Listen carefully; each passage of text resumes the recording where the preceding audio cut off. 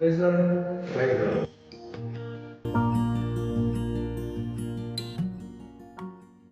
పరిశుద్ధమైన తండ్రి, మీరు మా కనిక దయల దేవుడు ప్రభువా, మీ దాసుడు భక్సింగ్ గురించి, దేవజనుల గురించి, ఏర్పరచబడిన పాత్రను గురించి మాట్లాడే గొప్ప ధన్యత ప్రభువా.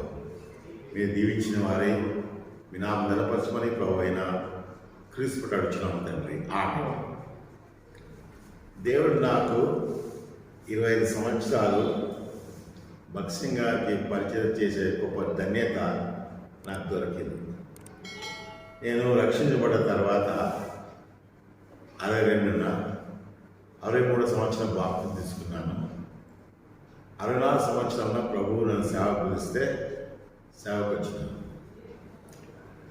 సేవకు వచ్చినప్పటి నుంచి ఒకటే ఆశ ఉండేది నాకు, భక్సింగ్ గారికి పరిచయం చేయాలని. అప్పుడు 1968 నాకు అవకాశం దొరికింది భక్సింగ్ గారికి పరిచయం చేయడానికి. నాకు ఎంతో సంతోషంగా నేను పనిచేసేవాడిని. కాబట్టి భక్సింగ్ గారు ఎక్కడ పోవద్దు, నా ఇక్కడ ఉండమని చెప్పినాడు. అలాగే 20 సంవత్సరాలు 15 రోజులు డ్యూటీలు మారుస్తాయి. నాది మాత్రం మారడానికి లేదు. ఎందుకంటే భక్సింగ్ గారు అన్నారు నువ్వు ఇక్కడ ఉండాలని.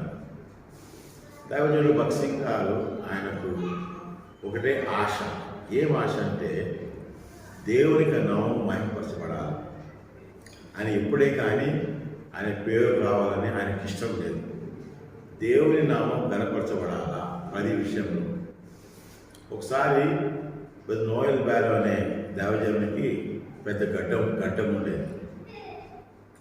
ఎవరు చెప్పినా గడ్డం తీసివేసేవాళ్ళు కాదు. ఒకరోజు ఆర్ఎస్ఎస్ వాళ్ళు సేవలు కొడతా ఉంటుంటే నోయల్ బ్యారో గారు వచ్చి శాంతి శాంతి అని చెప్పినాడు. చెప్తే వాళ్ళందరూ అయ్యో గురువు గారు వచ్చినారు కొట్టదన్నాడు. ఆ తర్వాత భక్సింగ్ గారు ఏమన్నారంటే దేవుని యొక్క మహిమను నువ్వు దొంగలించినావు. ఎంబటే నోయల్ బ్యారో గడ్డం తీసేసినాడు. అంటే ప్రతి విషయంలో కూడా భక్సింగ్ గారికి ఏంటంటే దేవుని నామం గణపరచబడాలా. ఆయన రోజు అప్పాజీ అంటే భక్సింగ్ గారు హెబ్రోన్ స్థలం ఇచ్చింది అప్పాజీ.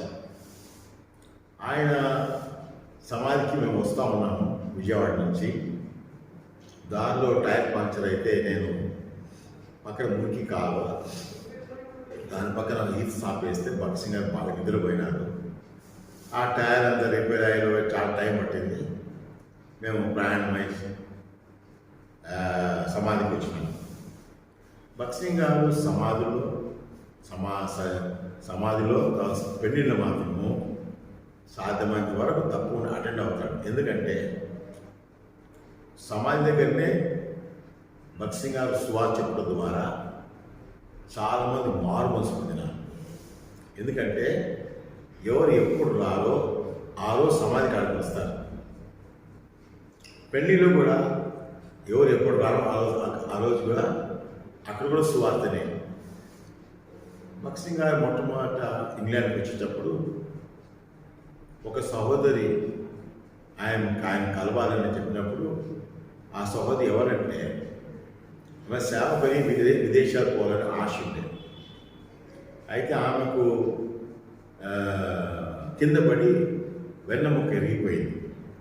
ఆ వెన్నెముక ఎరుగుట ద్వారా ఆమె పడకలోనే ఉంది. ఎందుకంటే ఆ రోజుల్లో ట్రీట్మెంట్ లేదు. అప్పుడు ఆమె ఏం చేస్తుందంటే ఎవరైతే సేవ కడతారో వారికి అందరూ ప్రార్థన చేసేది. ఒక సహోదరుడు పెద్ద ఆమె నేను కలవాలనుకుంటుంది అంటే భక్సింగ్ గారు పోయినారు. అప్పుడు ఆమె ఏమన్నదంటే బ్రదర్ 20 సంవత్సరాలు నేను ఇండియా కొరకు ప్లాన్ చేస్తున్నాను ప్రభువా, ఎవరన్నా ఇండియాకి పంపించు ప్రభువా అంటే దేవుడు మొరాకించి మిమ్మల్ని పంపిస్తానని చెప్పి భక్సింగ్ గారికి ప్రార్థన చేసింది. భక్సింగ్ గారు ఇండియాకి వచ్చిన తర్వాత మీకు అందరికీ తెలుసు ఆయన సాక్ష్యము, ఏ విధంగా వాళ్ళ తల్లిదండ్రులు ఆయన్ను తీసుకోలేదు ఇంటికి. అయితే భక్సింగ్ గారు రోడ్ల మీద సువార్త చెప్పుకుంటూ పాత్ర పడుకునేవాడు. భక్సింగ్ గారే మొట్టమొదటి అగ్రికల్చర్ మెకానికల్ ఇంజనీర్గా చదివి ఇండియాకి వస్తున్నాడు. మోడర్న్ కల్టివేషన్ అని ఒక ఆశ ఉండేది. పెద్ద స్థలం కొని నడిమించులో చర్చి కట్టి క్రాస్ లాగా 4 మూలల్లో 4 స్థలాల్లో పంట వేయాలని ఆశ ఉండేది. అదే ఆయన కోరిక ఉండేది దేవుడు నమ్ముకున్న తర్వాత. అయితే దేవుడు ఆయన ప్లాన్ మార్చేసినాడు. వాడు భగత్ సింగ్ గారు సువార్త చేస్తూ ఉన్నాడు. ఒకరోజు బాంబేలో తన స్నేహితుడు, ఇంగ్లాండ్ స్నేహితుడు ఏమన్నాడంటే, ఒక ఆయన మిషనరీగా ఉన్నాడు, దయచేసి పోయి కలుసుకోండి అన్నాడు. అంటే పోయినాడు. పోతే ఆ మిషనరీ ఏమనుకున్నాడంటే, ఈయన ఎవరో డబ్బులు కొరకు వచ్చాడేమో, పోయి ఇండియన్ పాస్టర్ కలుసుకోమన్నాడు. భగత్ సింగ్ గారు చాలా బాధ వేసింది. ఆయనను పోవడం మంచిదే. వెళ్తే ఇండియన్ పాస్టర్ ఏమన్నాడంటే, బ్రదర్, దేవుడే మిమ్మల్ని ఇక్కడ తీసుకొచ్చినాడు.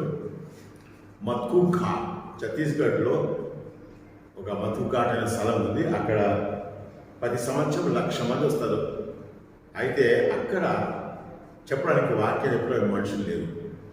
అక్కడ భగత్ సింగ్ గారిని ఆ మత్కు ఘాట్ కన్వెన్షన్లో ఛత్తీస్గఢ్లో బలంగా భగత్ సింగ్ గారిని వాడుకున్నారు. భగత్ సింగ్ గారు ఒకరోజు కెనడా దేశంలో ఇంటర్నేషనల్ స్టూడెంట్స్ కాన్ఫరెన్స్ జరిగింది. ఆ కాన్ఫరెన్స్లో భగత్ సింగ్ గారు మాట్లాడాలి. అయితే ఆయన భగత్ సింగ్ గారు కాలు జారి కింద పడి చెయ్యి ఇరిగి వెన్నెముక ఎముక బయటకు వచ్చేసింది.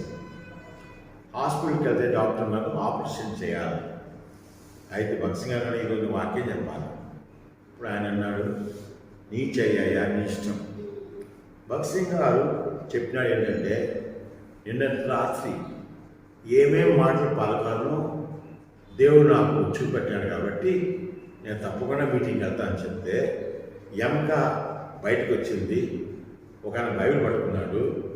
బైబిల్ పట్టుకొని ఆ రోజు భగత్ సింగ్ గారు వాక్యం చెప్పడం ద్వారా ఎంతోమంది కెనడాలో మారుమూసి పొందిన యవనస్తులు, ఎంతోమంది దేవుని సేవ కొరకై ఆయన సమర్పించుకున్నారు.